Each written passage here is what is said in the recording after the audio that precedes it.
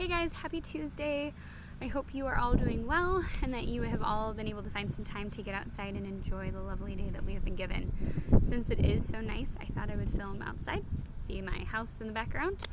So, before I launch into today's story, yesterday I mentioned that I would be walking through stories in the Old Testament and showing how they point ahead to Christ.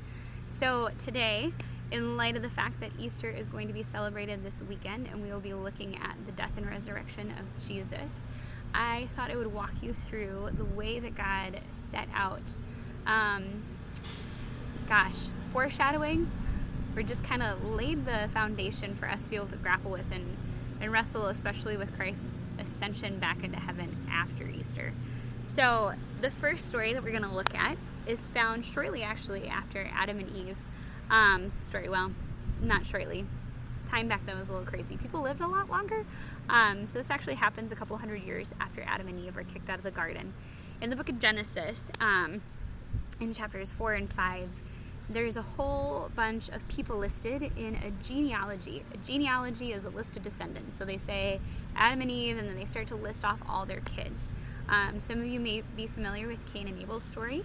That happens. Cain kills Abel out of jealousy, and he's kicked out, and Adam and Eve then are heartbroken, but God gives them another son, a son named Seth. And out of Seth's lineage, we see a whole bunch of famous people, all the way down to Christ.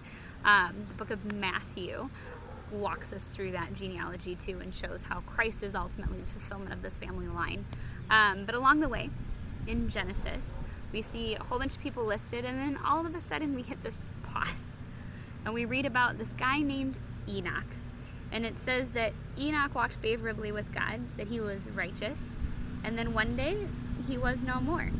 Because God took him up to heaven before he had a chance to die. So Enoch never tastes death. And that's kind of a crazy, random story to include, but I believe there was an intention behind it. And Enoch isn't the only one in the Old Testament to experience this. Probably 1,000 plus years later. In the book of Kings, we read about a prophet named Elijah, who God uses to show Israel many miraculous things. At one point, he calls down fire from heaven from God that consumes a sacrifice in the presence of a whole bunch of Baal worshipers. Baal was an idol at the time, and a lot of people in Israel had turned away from worshiping God and had started worshiping this false idol. And so God moves miraculously to call the people back into right relationship with him. And Elijah is that prophet that he uses, his vessel that he works through to show his power to the nation of Israel. And he uses Elijah to do a whole bunch of stuff. And then at the end of his life, he has him raise up somebody to take his place, his mantle, and another prophet named Elisha. And in Elisha's presence, right after Elijah literally and symbolically takes off his jacket, his mantle, and places it on Elisha, basically handing him the authority that God had given him and letting him step up to take his place.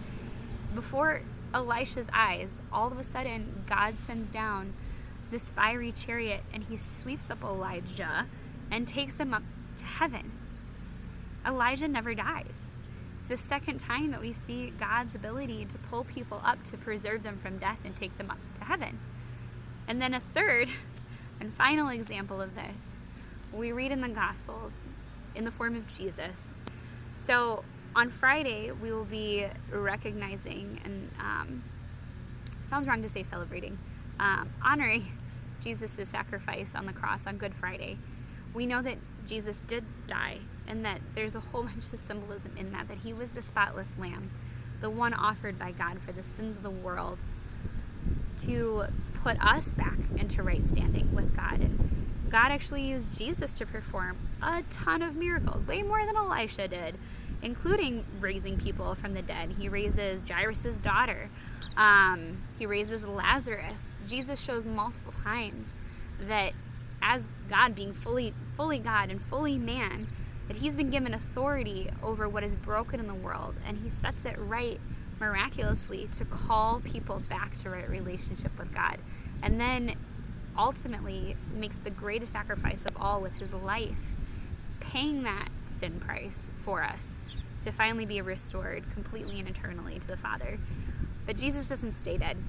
On Sunday, we're going to be celebrating the fact that he rose himself up from the dead, up from the grave, and that he came back to life, showing once and for all that he has power over death. And then after so many days, he appears to his disciples. He has a couple more miracles, one along the Sea of Galilee where he tells his disciples to cast their net on the other side of the boat, and they bring in a great haul of fish, and he says some really beautiful things to Peter. And then at the end of this time after the resurrection, he ascends back into heaven before his disciples, literally is lifted up into the sky, and then is no more.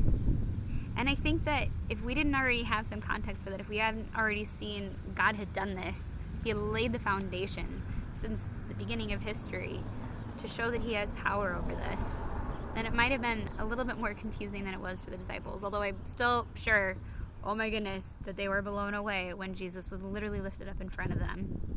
But Jesus shows that he has power over all things. And God shows that he has been intentional throughout history in calling us back to him. So, just wanted to share that with you as you are heading in or through this Holy Week, that you would be mindful of God's intentionality in pursuing you as well. Know that God loves you and that he has a plan to pull you into right relationship with him that has spanned all the way back to the beginning of the world. Have a great Tuesday. I will see you guys tomorrow.